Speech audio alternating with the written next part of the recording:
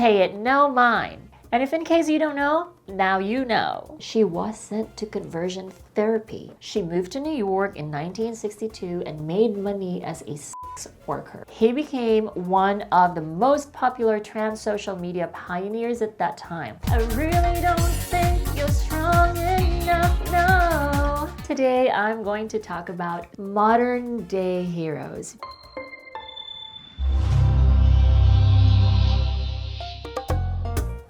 Hello, I'm Maggie, co-founder of My Transgender Date, the #1 dating platform for trans women. Today, I'm going to talk about superheroes. Oh no, I mean modern day heroes, because we will be talking about trans activists. But hey, before we begin, make sure to hit the subscribe button and the notification bell. Okay, quick story time. When I was in college, I ran for student council to push the rights of the LGBT students in our university. This is when my activism began. And do you know that from that experience, I can say that trans rights activists are breaking barriers and tremendously helping the trans community, the push that we need so our voices will be heard and our voices will be louder. So, with no further ado, let's start with our first trans activist.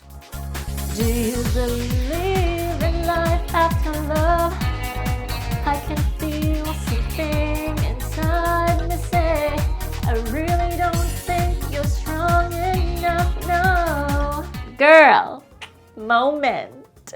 If you don't know that song, I'm banning you from the rainbow community. I'm kidding. Ladies and gentlemen, the goddess of pop herself and gay icon, Cher. Cher has been a long-time advocate for the LGBT+ community. I know that Cher's son, Chaz Bono, is an openly trans man. And if in case you don't know, now you know. Did you know that at first, Cher admitted that she couldn't handle Chaz coming out as trans very well. But now her relationship with him is fabulous. Or should I say, transtastic. What helped her to accept her son's transition was seeing Chaz happy. She said, and I quote, "You only have one child, but you don't really lose them. They are just in a different shape." And Chaz is so happy. Even though it was hard for her to accept Chaz initially, her love is a great example that the happiness of her trans son matters more than how she feels. And this is a great message to all the parents with trans kids. Accept them, nurture them, understand them, believe in them. And Cher as a worldwide icon, her opinion and how she treats her son is a very good example for many others to follow. Marsha Johnson. She's one of the trans women responsible for the Stonewall movement. In 1970, she founded the Street Transvestite Action Revolutionaries, also known as STAR. This organization supports homeless transgender youth in New York City. Some of them have run away from abusive homes or have been kicked out because of their gender identity and sexual orientation. Marsha played a vital role in creating this resource for the queer youth. However, tragedy struck on July 6, 1992, when her body was found floating along the Hudson River. Marsha may have passed on, but her legacy continues to inspire many others. But I want you to remember Marsha Johnson. Do you know why they call her that? Because every time she was asked about her gender identity, she would answer with, "Pay it no mind," which was her motto in life. Miss Major Griffin-Gracy. Born in the 1940s, Miss Major already knew when she was younger that she felt like a girl, but her family did not accept her. She moved to New York in 1962 and made money as a sex worker. She also started performing in drag and found a community that finally accepted her. But the police would do raids on these bars and arrest people for cross-dressing. This discrimination and violence was the start of the Stonewall riots. On June 27, 1969, Miss Major, along with Marsha and many others, pushed back against the police at the Stonewall Inn in Greenwich Village. Miss Major's biggest achievement is founding the first educational and historical center solely dedicated to transgender and gender nonconforming people in the United States. That is the House of Gigi. She is indeed a powerhouse. More power to you, Miss Major. Schuyler Bailar.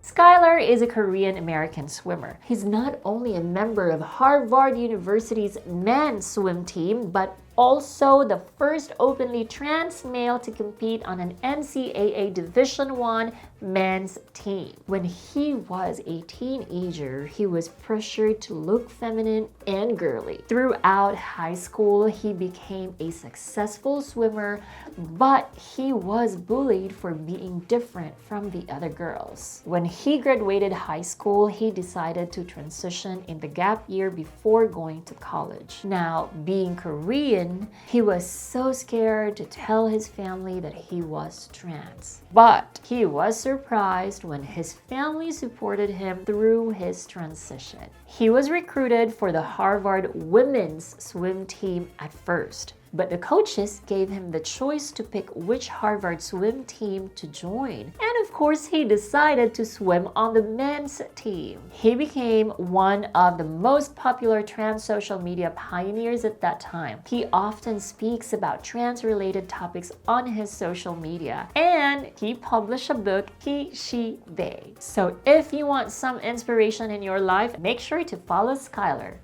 Lillian Lennon. She fought against Proposition 1 in her hometown of Anchorage. Proposition 1 forces trans people to use restrooms in other public facilities that only match their gender at birth.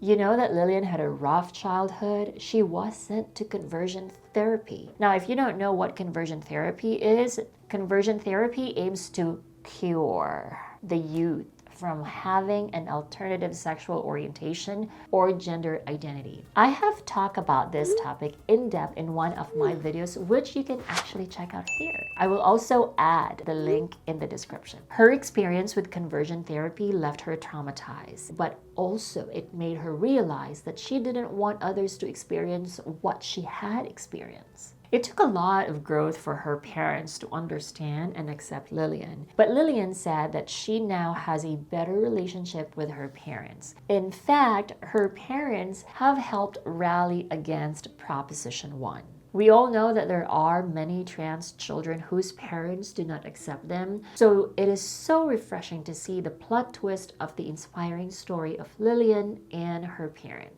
There you have it, friends, the incredible and inspiring world of trans activists. We can say that they have different stories, they have different kind of activism, but their goal is the same, and that's to make a difference in our society and make the world a better place for trans people. And hey, I haven't even mentioned Jan Richards, Sarah Elizabeth McBride, and many others. So if you know a trans activist, maybe from the USA or your country, please comment their names down and perhaps you can tag them too. They deserve the recognition. I believe that their courage, resilience, and dedication to creating a more inclusive world are truly awe-inspiring. I hope you enjoyed this video, and don't forget to hit the like button and share this video with all your friends and family. Thank you for watching, and see you in the next video.